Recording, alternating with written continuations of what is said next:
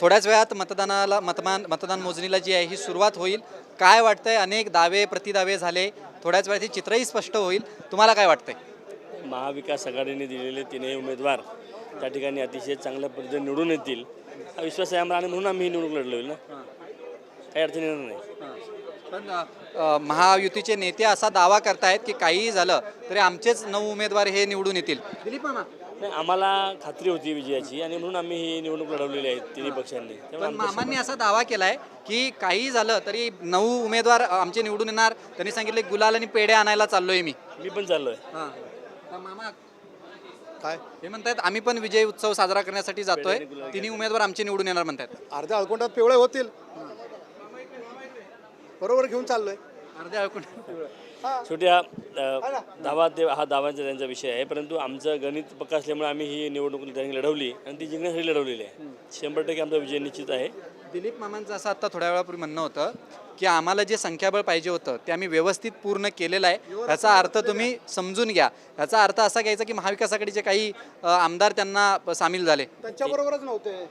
आता असं आहे की काही आमदार त्यांच्याबरोबर नव्हते. महा त्यांच्याबरोबर सकाळपर्यंत नव्हते.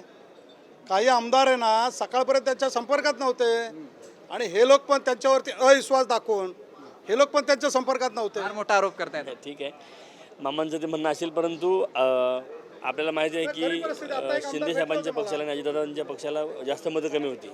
आम्ही काढत होतो, आम्हाला 1-2 मताची गरज होती, ती जुळवणी आम्ही केलेली आहे. त्यामुळे निश्चितपणे विजय आमच्या ठिकाणी होईल ही 100% आम्हाला खात्री आहे. आमदारांची नावं थेट घेतात. कोण आमदार भेटले मामा तुम्हाला? जे भेटले ते आता थोडा वेळ दिसेल ना तुम्हाला. कुठल्या पक्षाचे भेटले? काँग्रेसचेच आमदार ज्यांना रात्री ह्या लोकांनी विचारलं नव्हतं, त्यांच्या वरिष्ठ नेत्यांनी त्यांच्यावरती शक घेतला होता, डाऊट होता, अशा आमदारांना हे संपर्कात गेले नाही आहेत. परंतु ते सकाळी आले, ते आता मला भेटले. मी त्यांना विचारलं तुम्ही रात्री गायब होता, तर बोले मला कुणी बोलवलंच नाही आहे. रामनजींचा नाही, कोणाचं नाव घ्यायचं काय, जे नव्हते ते असे 4 जण आहेत. असे 4 जण आहेत, एक थोडी आहे, 4 जण आहेत. त्यामुळे ह्यांना कळेल ना, ह्यांना विश्वास नाही आहे. म्हणून निवडून पटतंय काय? निवडून येण्यासाठी 23 मताची गरज आहे. ह्यांनी मग 28 मतं का दिली? त्यांना आपण विचारतो 28 मतं का दिली?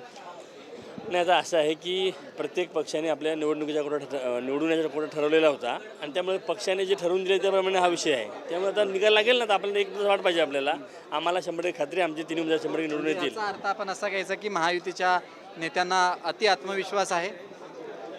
आता म्हणून तर सगळं चाललं आहे. धन्यवाद. शिंदे गटाचे आणि काँग्रेसचे आमदार होते, त्यांनी स्पष्टपणे असं म्हटलंय की महायुतीच्या आमदारांना काहीसा अति आत्मविश्वास जो आहे आणि तो दिसतो. अशा पद्धतीचं वक्तव्य जे आहे हे काँग्रेसच्या आमदारांनी केलं.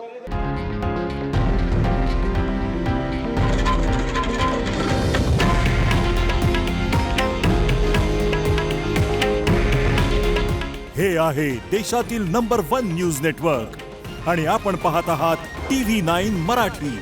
काळजी तुमची, हित महाराष्ट्राचं.